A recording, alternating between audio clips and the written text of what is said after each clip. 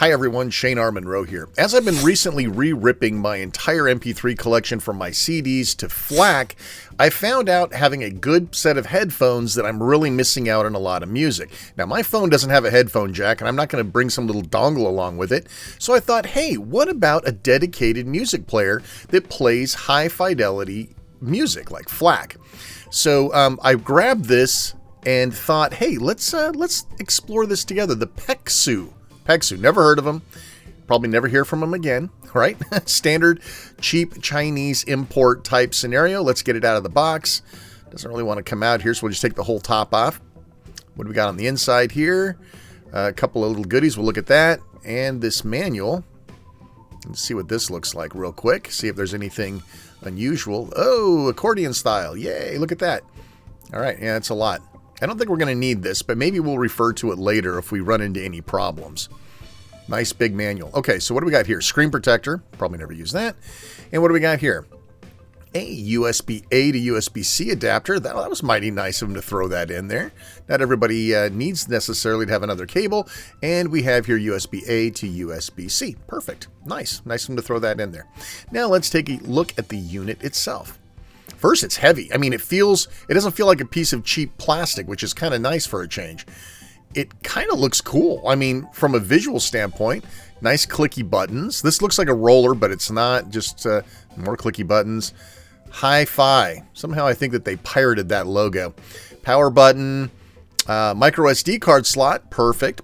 We'll look at that more in a minute. And USB-C, as well as your headphone jack. So this meets all of my basic needs, providing it plays the FLACs. Now let's see what this SD card is. It's not coming out. Oh, it's recessed. Well, that's actually fairly clever. It won't come out in your bag. So I'm going to use this little flathead screwdriver to pop this guy out. And I don't know what we're expecting here. It's certainly not going to be SanDisk or anything. Oh, look at that. It's a self-labeled Pecsu SD card. Okay. Cool. All right. Well, it's not going to be in here forever. I'm going to replace it ASAP with something more reliable, but it's nice that they threw it in. So there's 8 gigabytes of storage on the inside and 64 gigs on the outside, giving you 72 gigabytes of overall storage. I like it. This looks like a little roller, though. These are probably touch of some sort. And I don't know if I love those. Let's see if it'll power up. Who knows if it has juice in it or not. I know this thing looks like it's loading in slow motion, but it's not. This is actually how fast it loads from power off, which isn't actually too bad. If it was Android-based, we'd still be here. Basic looking interface, battery, SD card insertion, date time, or time in this case. So you almost think that there'd be some way to touch the screen the way the UI is. That's not a roller, by the way. But it is all done by these physical buttons. Sometimes physical buttons are nice. Bluetooth, music, now playing, music settings. So we have a whole bunch of stuff we need to look at here. Folders. I don't like the sound of that. And then you use the play button to actually select one of the interface items. It's not super snappy, but it's not super slow either. I've seen UIs on these things that drag ass. This one's not too bad. It's not as fast as I would like, but this thing is like $40, so you got to take that into consideration. This is the highest the brightness goes, and while it looks decent on camera, if you're like outside, it's going to be hard to see. But listen, what can you do? All right, it's a $40 player, and it's got a back button. Okay, menu button, the basics. Everything you need, right? I mean, it's a basic player. But the real test is going to be in the audio, how the SD card works, and everything else, so let's go to that. One of the first annoying things I found is that it is a tap to wake and a tap to go to sleep, but if you hold it just a moment too long, it shuts it down. I thought that was kind of weird, and I thought there was something wrong, but it's really a short pull to actually shut it down, and of course it takes its sweet time coming back up. Now, I've seen a lot worse. If this was like an Android-based device or something, the power-up time would be significantly worse. But that was my first sort of annoyance with it. So we'll turn it back on. One of the other things about the hardware that I want to talk about, These controls should probably be reversed. This should be the volume control, and this should be scrolling up and down because it makes sense with the position of the buttons compared to the screen. So when I'm holding this, trying to do stuff with it, I naturally want to use these two buttons to scroll up and down, and I would use these as selectors or whatever.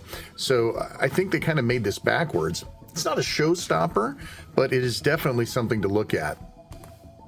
None of the other buttons will wake it up, by the way. Only the power button will. And the power button's not particularly recessed, right?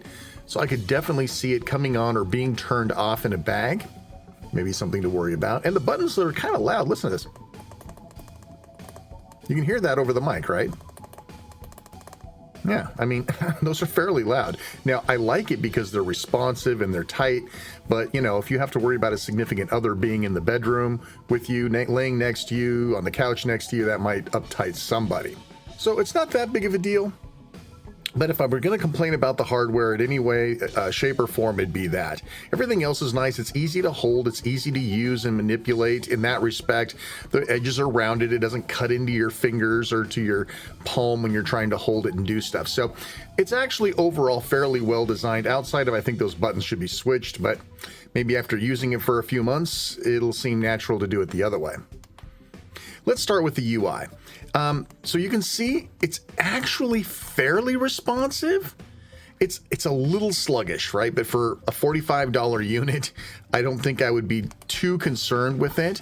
It's more a matter of manipulation of the UI that's really more of the problem than the actual speed of the UI. And you're going to kind of see that over time.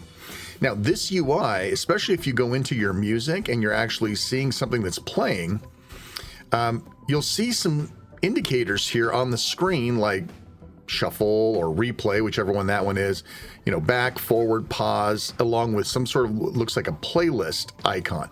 Well, this is not a touch screen. You can't touch those, but I'm assuming they're left over or they're part of the same OS that's being used on a touchscreen edition.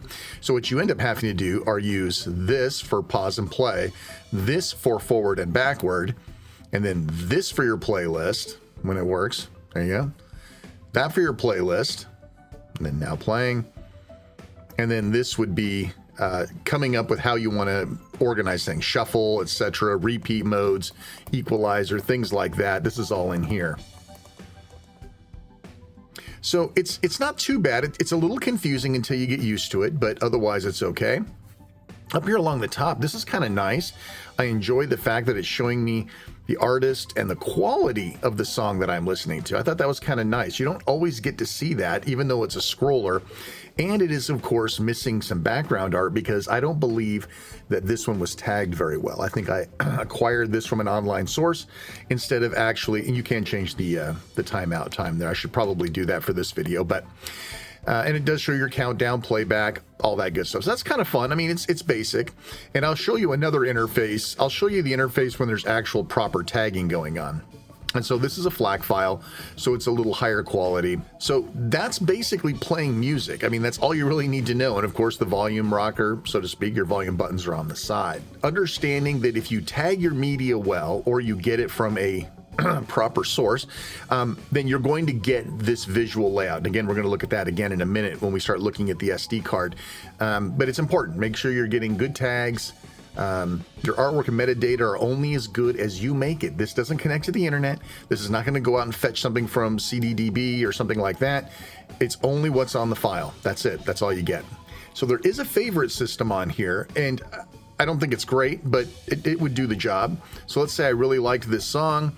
I could go in here and go to favorite, and now it's favorited. But you can't tell anywhere on here that it is a favorite, right? The only way you can see your favorites, of course, is to go back and go to my favorites. Oh, and even then it didn't take it. I must have done something wrong. Anyway, so there's a handful of things here that might cause you some pain and suffering, but the UI is fine. It'll do the job. So music, let's talk about your storage, right? Internally is 8 gigabytes of storage, along with what they call up to 256 gigabytes of micro SD card, but it comes with a 64, which is fine. But that may not be enough, right? If you're into a high quality music and you want to have, 24 bit FLACs or whatever, then, you you may not find that this is adequate in terms of size. Here's the bigger problem. Now, if you had an old SanDisk or other players in the past, you probably saw this folder on the menu and said, uh-oh, I don't like that. Well, you're exactly right with where this is going. You can only access one music source at a time. Either you're on the internal flash or you're on the external SD card, not both. So if you have, let's say, 8 gigabytes of your absolute favorite music, your workout music, your bike riding music, whatever is on the internal storage, and then you pop a flash drive in with the remainder of your songs or whatever, you can't access them both at the same time, which is dumb, but it's the way that it's been on these cheap players forever. So if you go here and switch to your SD card, it's going to tell you that it needs to update the media library, and it will take a few seconds to chew, and there you go. So now it's showing I have a couple of folders here. I have a various artist one, I have an A-Teens one, and then I have a loose file. And again, the loose file doesn't obviously have any sort of good tagging because it's got like this is the file name, and that's it. But if I go into Teen Spirit, now this one, again, this is still using the file names, but because I ripped them with, showing track and song, you don't have to let it scroll. Some of these it's going to be like artist and album and blah, blah, blah. And then finally the song name is at the end. So if I go in here and play one of these songs, you'll now see that because I ripped them properly, you'll see the cover art. Again, along the top, it'll tell you the song title, along with other various pieces of information. This is a 16-bit, 44 kilohertz rip. So if you rip them right and they're clean, then they'll show up clean. If you don't, then they won't. So yeah, this is, to me, this isn't a deal killer, right? Because you can put a giant enough card in here for dirt cheap, right? 256 is huge. My entire current library of mixed MP3s and FLACs are 140 gigabytes. So I could literally get a 256 gigabyte card and just fill it over halfway with my entire collection. So it's not like you're installing Call of Duty Black Ops 6 on this thing. So it's not a huge deal, but it pretty much, in my opinion, and again, just like the Sansa, pretty much the internal storage is useless because you have to pick one or the other, and of course you're going to pick the bigger one. So here's a good example, right? 100% hits Euro Dance Party. Well, now finally you get to actually see the song. So you're sitting here trying to scroll through, what song do I want to play off of this? Well, hell if I know, I gotta wait. Okay, dun, dun, dun, dun, dun, dun, dun. Okay, now it's one headlight, so that must be that song. So you got to take these into consideration. And if we go in here, this one wasn't really properly tagged, so you don't get any album art. I thought I ripped this one, but who knows? This is an MP3. That's why. So this was probably one of my early MP3 rips, and I didn't rip it appropriately. So there you go. Again, the UI is responsive enough, but it could be better. Again, it's super cheap, and I bet if you bought a $200 media player, it would be a lot faster. So you probably noticed that this does have, see, I'm trying to click these side ones. So it does have a Bluetooth option. Yes, don't expect miracles. That's all I'm going to tell you. Don't expect miracles. So I could open up a pair of my headphones here. Oops, upside down. See, I want to hit the touch screen.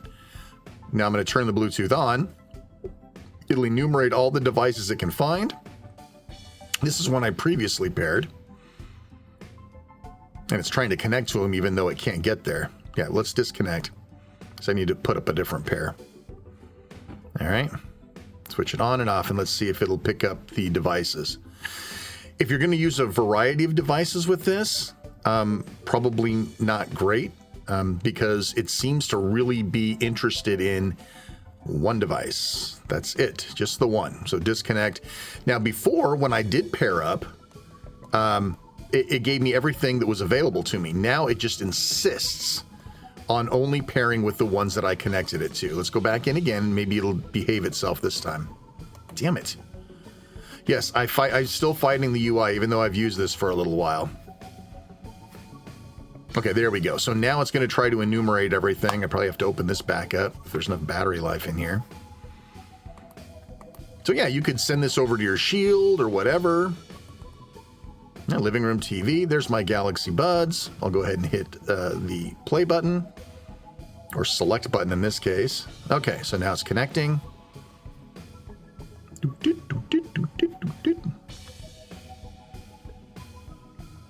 listen, don't buy this for Bluetooth, okay? I'm just going to tell you that right now. Don't buy it for Bluetooth. Honestly, it's a little hokey, right? And frankly, if you're buying this, you're probably buying it for FLAC, which means you're not going to want to send it out to Bluetooth headphones anyway, right? You're going to be wanting to use a real pair of headphones. So while Bluetooth is there, it's kind of an option, probably something for like if you're at a party and they've got a Bluetooth speaker and you want to throw a couple tunes in there. I just leave the Bluetooth off. I would just not even worry about it. Just call it a day. All right, so one thing that we can't show you here is the audio quality, right?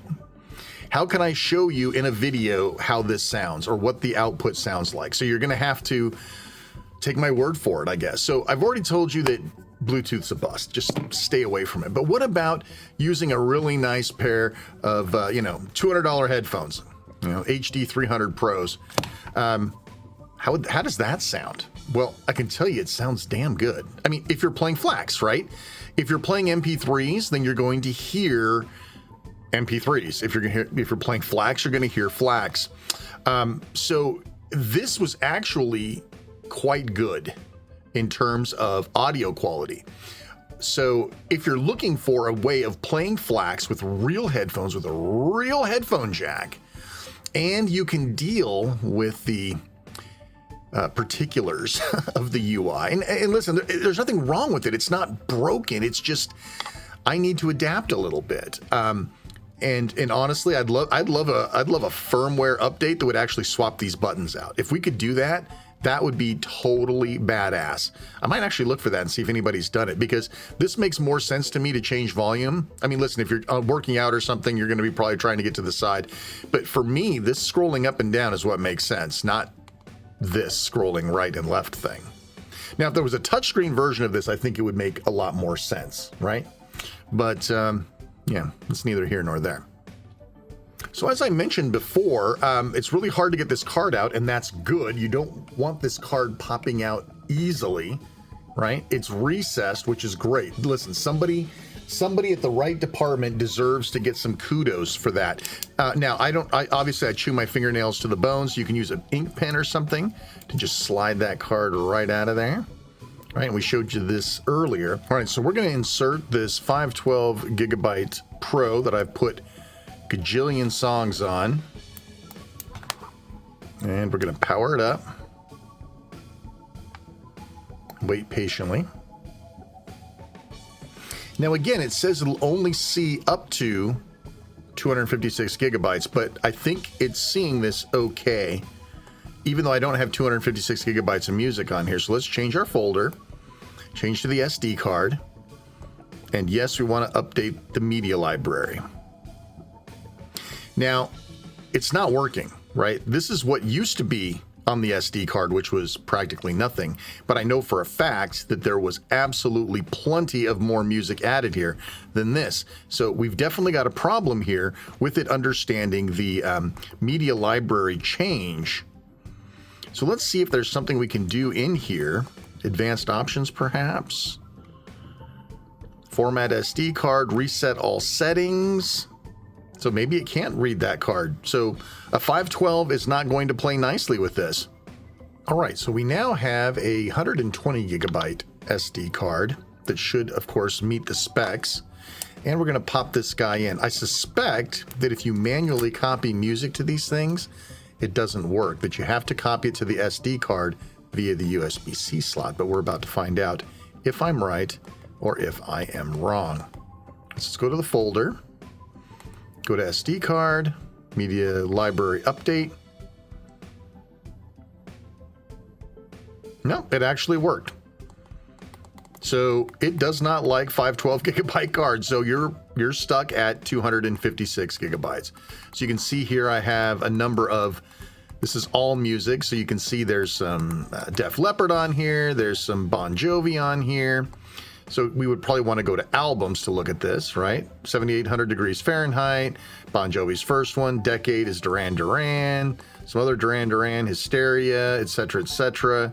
So you can see we got all the albums, and then of course you could just jump in here and play. And of course, again, this is my rib, so all of the art and everything should be properly ripped and the metadata properly ripped.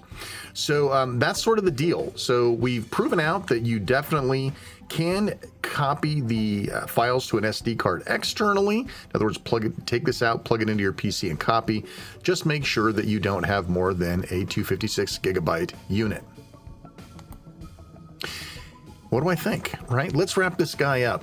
So it does exactly what I needed it to do. A standalone FLAC player with a headphone jack that doesn't cost an arm and a leg, and it sounds great. So in that respect, it definitely meets my criteria.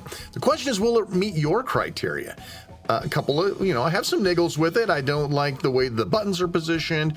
The interface could be just a tad faster. I mean, look, it's not slow. It's just, we're so used to like instant gratification these days. It's really hard to put up with any sort of lag. The UI is okay.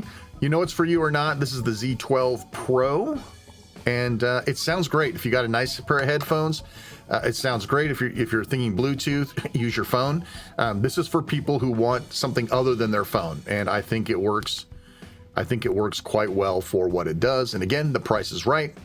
We'll have a link to the item in the description below. Of course, we do use Amazon affiliate links, help fund the channel. I paid full price. This is not a compensated endorsement. I bought it on Amazon just like you might buy it on Amazon. So no freebies here today. All right, I'm Shane R. Monroe. Thanks so much for watching. If you like what we're doing here, like, subscribe, hit the bell, leave a comment. Leaving a comment's great. I look at them all. I appreciate it. Do you have one of these? Do you like it? Do you hate it? Is there something better in the sub $50 price range? I would love to hear it down below. Thanks so much for watching, and we'll see you next time. Take care, everybody.